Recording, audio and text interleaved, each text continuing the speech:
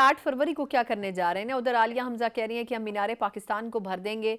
इधर ये कह रहे हैं जुनैद अकबर साहब कि हम केपी में सीएम की मदद के बगैर ही बहुत बड़ा जलसा कर लेंगे। आपको लगता है कि ये दोनों सूबाई सदूर जो हैं वो वाकई वो कर लेंगे जो बातें वो करें? क्योंकि जो कारकुन है वो तो कितने पिछले एहतजाजों में अकेला रह जाता था, लीडरशिप तो गायब हो जाती थी।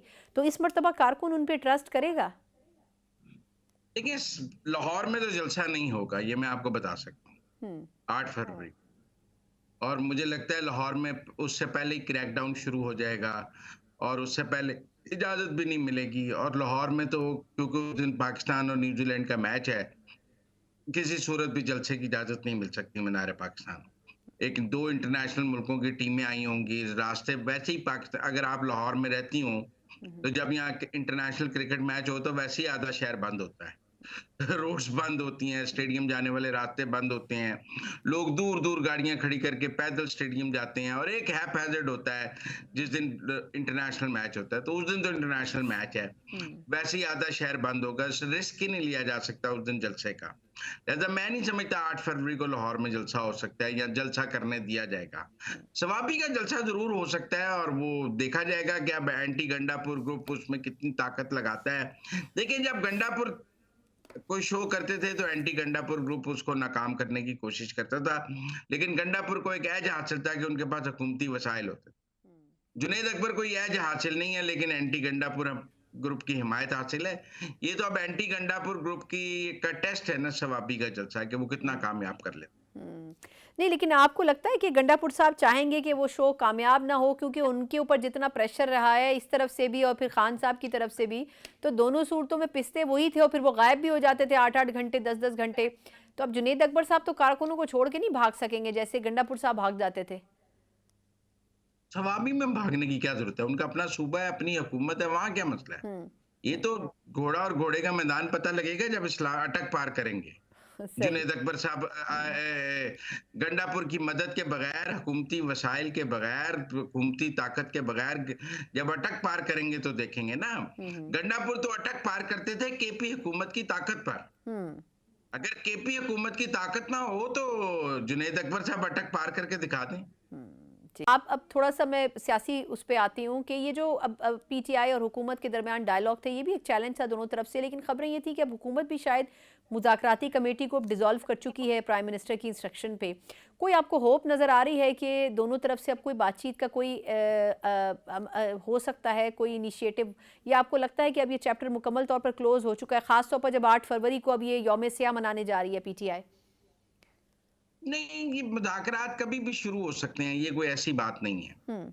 देखना है कि पीटीआई अपनी ऑप्शंस एग्जॉस्ट करके मुज़ाकरात करेगी या कोई वाइल्ड कार्ड हाथ में रख के मुज़ाकरात करेगी। हम्म। देखिए, पहले भी वो मुज़ाकरात अपना वाइल्ड कार्ड खेल कर आए 26 नवंबर वाला, और वो 26 नवंबर से पहले मुज़ाकरात करते हैं, फाइनल कॉल को एग्जीक्यूट करने से पहले।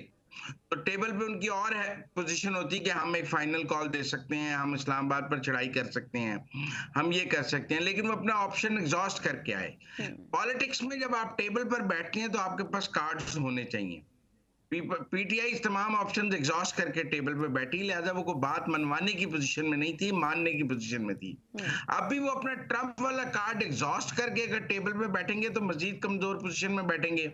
अगर उससे पहले बैठे तो शायद लोग ट्रम्प के कार्ड के खौफ से हुकूमत को बात कर ले, हम्म। लेकिन अगर वो ट्रम्प वाले ऑप्शन को मुकम्मल यूज करके और हम्म। पाकिस्तान में एक और दफा मुजाहमत की सियासत का एक और एपिसोड करके फिर टेबल पे बैठेंगे तो यकीनन फिर कार्ड एग्जॉस्ट हो चुका हो। नहीं, लेकिन मुज़म्मिल साहब अभी तो ट्रंप ने ओहदा संभाला है, अभी तो थोड़ा सा वक्त है ना, ये तो ये नहीं एक्सपेक्ट कर सकते हैं कि बस वो ओहदा संभालते ही पहले ही पाकिस्तान के बारे में तबसरा कर देंगे या अहकामात जारी कर देंगे। थोड़ा उसके लिए तो पीटीआई को भी इंतज़ार नहीं करना चाहिए आपके ख्याल में?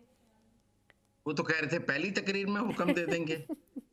वो तो हमें तो ये बताया गया था कि इनॉग्रल हम्म। पहले तो ये बताया गया था कि वो इनॉग्रल के लिए हम्म। इमरान खान को खुसूसी दावतनामा भेज रहे हैं कि मैं हलफ ही नहीं उठाऊंगा जब तक वो नहीं आएगा। फिर बताया गया कि वो इनॉग्रल स्पीच में रिहाई के अहकामात दे देंगे। हम्म। तो हम तो रोज शाम को ये सोचकर सोते हैं कि शायद सुबह हुक्म आ गया हो।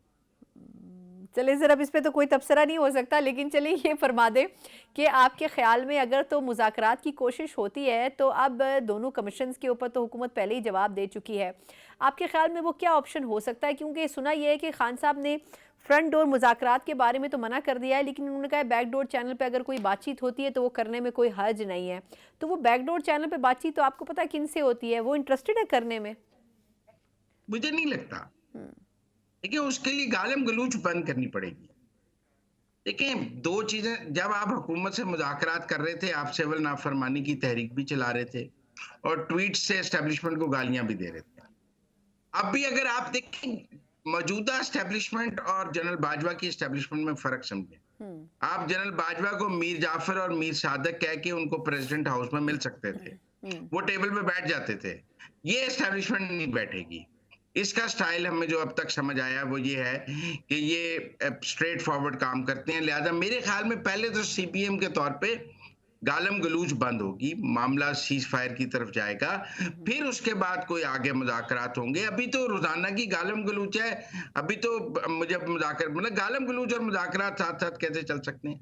इस्लामाबाद हाई कोर्ट के जजेस के खिलाफ पाकिस्तान के 5 चीफ जस्टिस और मुल्क की अदलिया के बड़ों ने बड़ा अदम एतमाद कर दिया है।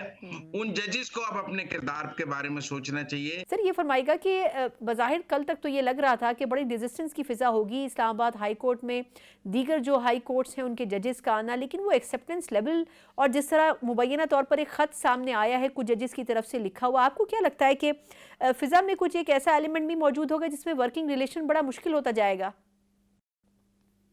नहीं, मेरा नहीं ख्याल। जजेस का बाहमी कोई वर्किंग रिलेशनशिप नहीं होता।